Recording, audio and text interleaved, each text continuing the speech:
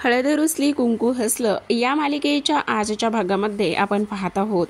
आता कृष्णाच्या मेहंदीचा कार्यक्रम जोरात रंगलेला असतो. भक्तीच्या हातावर मेहंदी काढत असतात, त्याचसोबत कृष्णाच्या हातावर सुद्धा मेहंदी काढत असतात. तेवढ्यात आता बाळजाबाई आणि त्याचबरोबर दलपत तिथे आलेले असतात. बाळजाबाई म्हणत असतात, काय ग पोरींनो, काही हवं नको ते सगळं काही सांगा, ज्या काही गोष्टी लागतील ते सुद्धा सांगा. आणि काय हो दलपतराव, यांच्या नाश्त्याची वगैरे सोय करा. आणि विहीनबाई, तुम्ही सुद्धा मेहंदी काढून घ्या हातावरती, तुमच्या लेकीचं लग्न आहे. तेव्हा इथे सावित्री म्हणत असते, हो हो नक्की. आणि त्याचबरोबर पोरींनो, छान नाश्ता वगैरे करून घ्या ग, काही हवं नको ते सगळं ह्यांना पहा, असं म्हणून बाळजाबाई तिथून निघून गेलेल्या असतात. तर इकडे भक्ती बाकीच्या मुलींना सांगत असते, काय गे पोरींनो, माझ्या बहिणीच्या हातावर चांगली मेहंदी काढा हां, म्हणजे कसं आहे ना, आमच्या दाजीच्या प्रेमाचा रंग तिच्या मेहंदीतून दिसला पाहिजे. आणि त्यामुळे तिच्या हातावर जी काही मेहंदी इथे काढाल ना, ती मेहंदी कमालच काढाल, असं इथे ती बोलत असते. आणि त्याचबरोबर आणखी एक गोष्ट तुम्हाला सांगते बघा, माझ्या बहिणीच्या हातावर ना इथे नावसुद्धा काढा. म्हणजे काय काढायचं बरं, इथे कुठलं नाव काढायचं सांग ना, कुठलं नाव काढायचं? म्हणजे मला तर असं वाटतंय की इथे बुंगाट पाहुणं काढायचं का दुष्यंत सरकार नाव काढायचं, काय काढायचं ग कृष्णे, असं इथे ते बोलत असतात. तर इकडे आता दुसऱ्या बाजूला जो चार्मी इथे निघालेला असतो तो परडी या गावामध्ये येऊन पोहोचलेला असतो. आता त्यानं इकडे येतोय ही गोष्ट नाही दुष्यंतला सांगितलेली असते की नाही त्याने इथे जी गौतमी आहे तिला सांगितलेली असते. कोणालाही त्याने ही गोष्ट सांगितलेली नसते आणि कोणालाही त्याने ही गोष्ट न सांगताच तो इकडे निघालेला असतो. त्याचसोबत जेव्हा तो इकडे येऊन पोहोचतो आणि येऊन पोहोचल्यानंतर एक गाडीवाला त्याला भेटतो आणि तेव्हा तो म्हणत असतो, खरं तर मला दुष्यंतच्या घरी जायचं आहे, तुम्ही दुष्यंतला ओळखता का? तेव्हाच तो गाडीवाला म्हणत असतो, अहो हो, दुष्यंत सरकार माझा खूप बालपणीचा मित्र आहे आणि त्याला ओळखत नाही असं कसं होईल बरं? आणि मला ना त्याच्या घरी जायचं आहे, त्याचा ॲड्रेस वगैरे मला काही माहिती नाही आहे, प्लीज तुम्ही मला सांगाल का? असं म्हणता क्षणी लगेचच तो म्हणत असतो, हो तर मी तुम्हाला त्याचा ॲड्रेस काय त्याच्यापर्यंत नेऊनच पोहोचवतो ना, चला बसा, गाडीवर बसताय का? असं म्हणून लगेचच आता इथे चार्ली त्याच्या गाडीवरती बसत असतो आणि तो व्यक्ती त्याला घेऊन निघालेला असतो. तेव्हा इथे तो म्हणत असतो, आता काही जरी झालं ना तरीसुद्धा मी आता तिथे जाऊन पोहोचणार आहे. आणि त्याचबरोबर आता एकदा का दुष्यंतची माझी भेट झाली की मग सगळ्या गोष्टी ते व्यवस्थित होतील, असं सुद्धा इथे तो बोलत असतो. त्याचबरोबर आता इकडे दुसऱ्या बाजूला सावित्रीला इथे मुली म्हणत असतात, मेहंदी काढून घेऊया.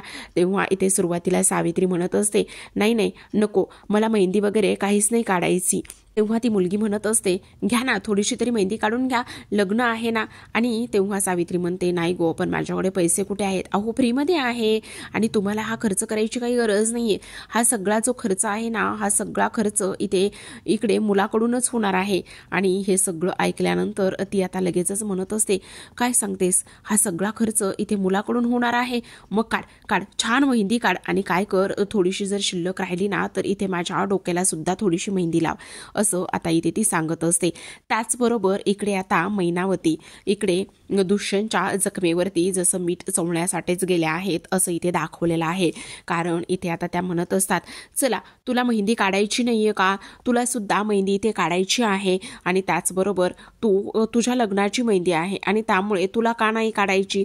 असं म्हटल्यानंतर इकडे आता लगेचच दुष्यंत म्हणत असतो, नाही काकी प्लीज नको ना गं, मला मेहंदी वगैरे काढायला काहीच आवडत नाही. तेवढ्यातच बायजाबाई इथे म्हणत असते की काय चाललेलं आहे तुमचं? मैनावतीबाई, जर माझ्या मुलाला मेहंदी काढायला आवडत नसेल तर तुम्ही इथे जबरदस्ती का बरं करताय? नको, अजिबातच इथे मेहंदी काढायला नको. आणि त्याचबरोबर त्याला जर नाही आवडत तर तुम्ही नका आग्रह करू. ह्या सगळ्या गोष्टी आता इथे ती बोलत असते. आणि त्याचबरोबर मैनावती म्हणते, असं कसं, हे लग्न आहे ना, मग लग्न असल्या कारणाने इथे थोडीफार तर मेहंदी काढून घेतलीच पाहिजे ना. मी तर काय म्हणते, तुम्हाला पण इथे थोडीशी मेहंदी इथे तुम्ही काढून का नाही घेताय? जर तुम्ही इथे थोडीशी मेहंदी काढली तर दुष्यंत सुद्धा बघा, तो सुद्धा मेहंदी काढेल.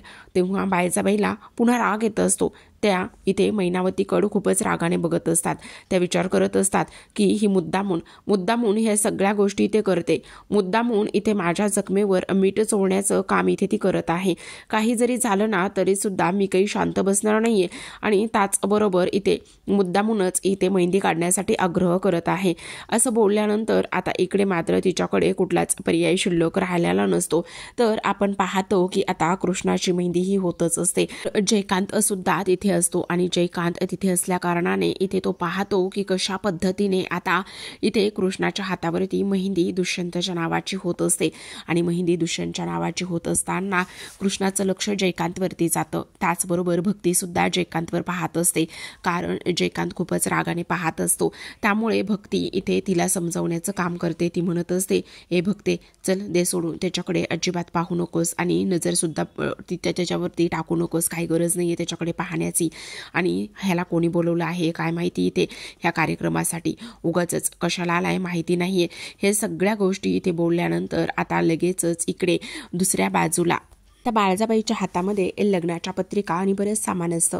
तेव्हा दलपत म्हणत असतात की अहो वहिनी, हे सगळं काय आहे, एवढा सगळा खर्च करण्याची काय गरज होती, आणि त्याचबरोबर आपण हे सगळं काय करतोय, आणि तिकडे त्या लोकांना पण थोडंफार काहीतरी करायला ठेवायला पाहिजे ना.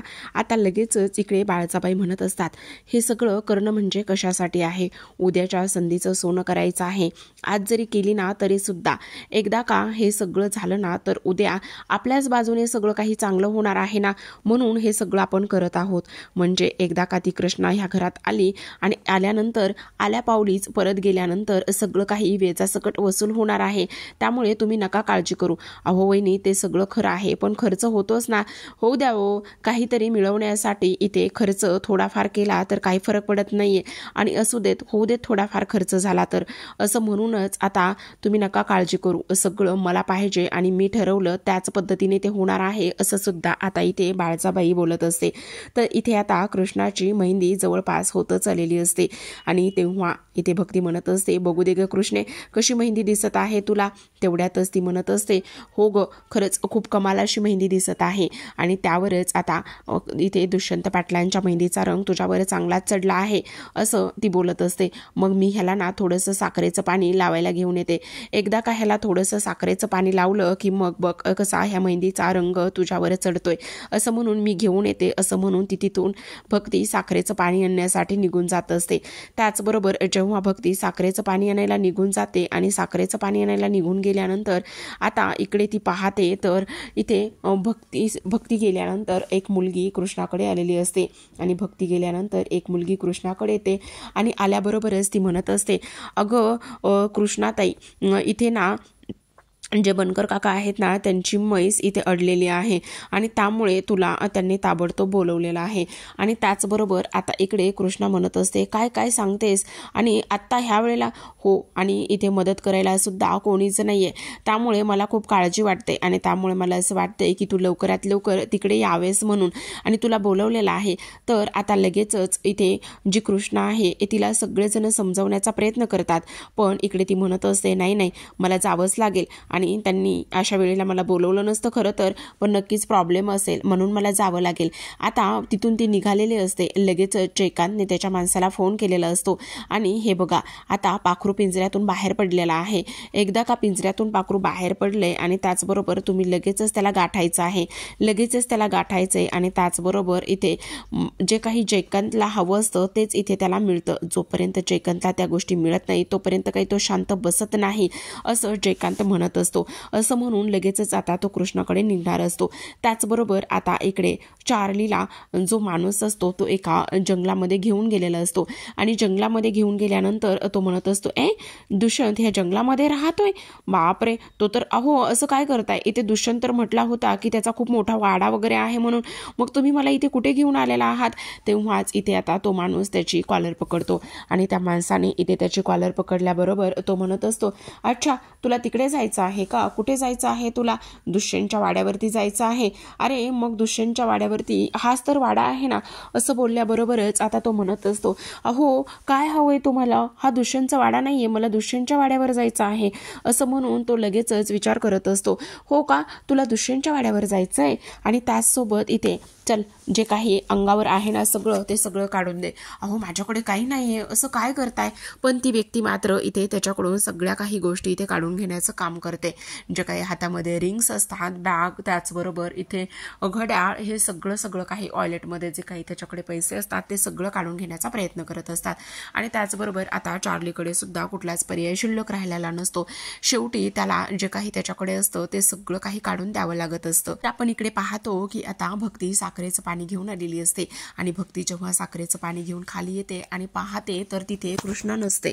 आणि कृष्णा कुठे गेली हा विचार तिच्या मनामध्ये येतो. आणि तिथे मेहंदी काढणाऱ्या मुलामुलींना ती सगळ्यांना विचारते की काय झालेलं आहे, इथे कृष्णा होती ती कुठे गेलेली आहे. तेवढ्यातच इकडे ती म्हणत असते की इकडे तिला कोणीतरी बोलवायला आलं होतं आणि तिला त्या व्यक्ती बोलवायला आल्यानंतर ती तिकडे गेलेली आहे. तर इकडे आता भक्ती बनकर काकांच्या त्या शेतातल्या घरामध्ये येऊन पोहोचते आणि तिथे बनकर काका कुठे आहे तुम्ही, आणि त्याचबरोबर ती त्यांना आवाज देण्याचा प्रयत्न करते. आवाज देण्याचा प्रयत्न केल्यानंतर इकडे मात्र भक्तीला समजलेलं असतं की ती बनकर काकांच्या तिकडे गेलेली आहे. आणि भक्तीला ह्या सगळ्या गोष्टी समजल्यामुळे ती धावतच तिकडे निघणार असते. त्याचबरोबर आता काही जरी झालं तरी सुद्धा अशी कशी ही पोरगी कुठे पण जाऊ शकते, हिला ना ऐनवेळी काय करावं काय नाही ह्या गोष्टी अजिबात समजत नाहीत.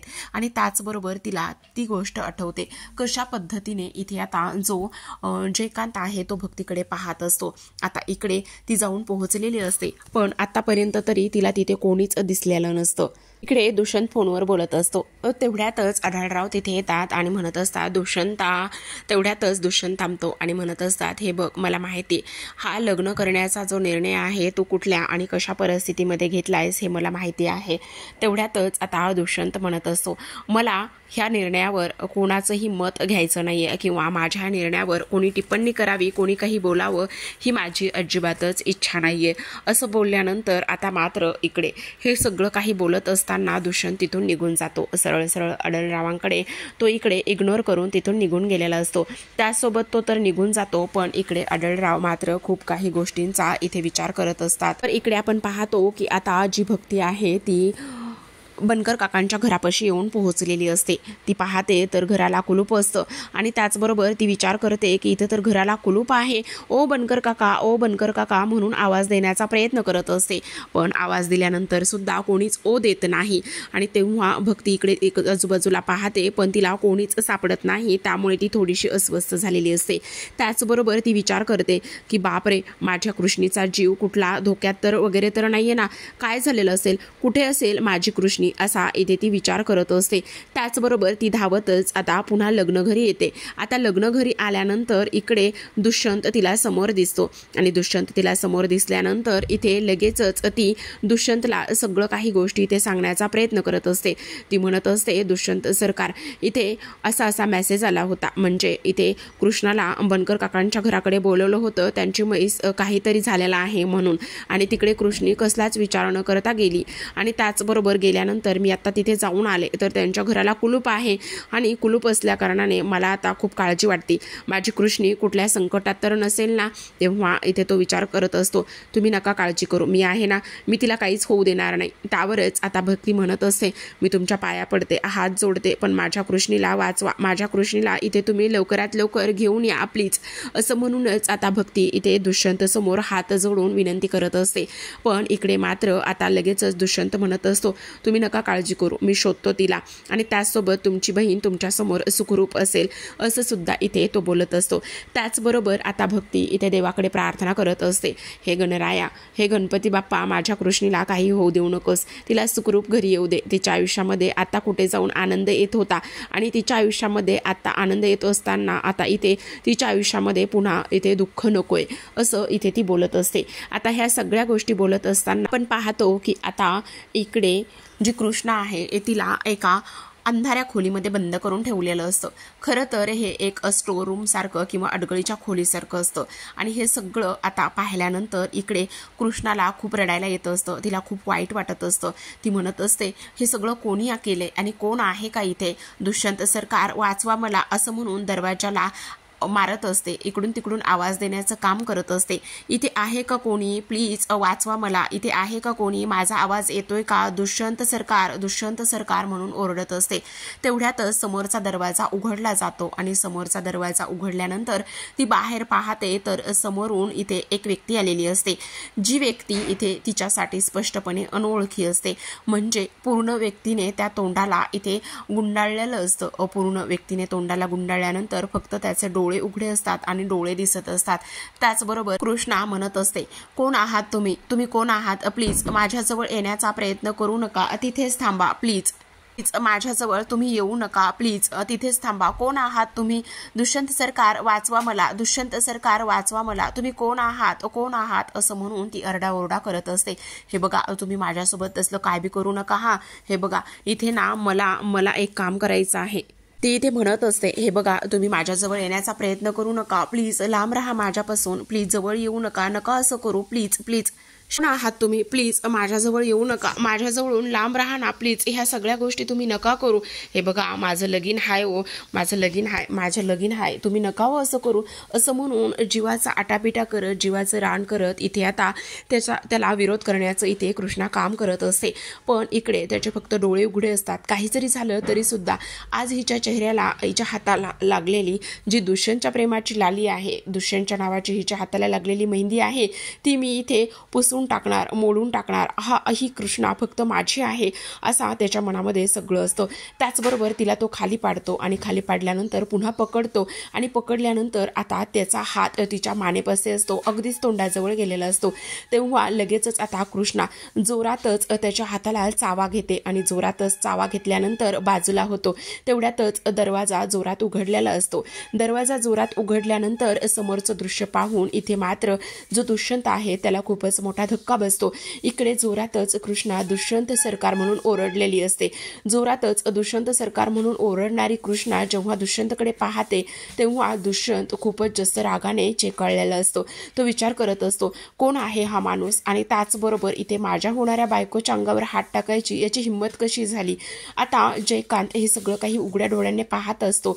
त्याचबरोबर इथे आता दुष्यंतच्या तावडीतून त्याला सुटायचं असतं. काही जरी झालं ना तरी सुद्धा याच्या हाती लागलो तर मग मी संपलो असा इथे जयकांत विचार करतो. लगेचच आता इकडे कृष्णा रडायला लागलेली असते आणि इथे दुष्यंत जयकांतला इथे पकडण्याचा खूप प्रयत्न करतो. पण जयकांतला पकडण्याचा प्रयत्न केल्यानंतर इथे जयकांत मात्र तिथून निघून गेलेला असतो. तो इथे दुष्यंतच्या हाती लागत नाही.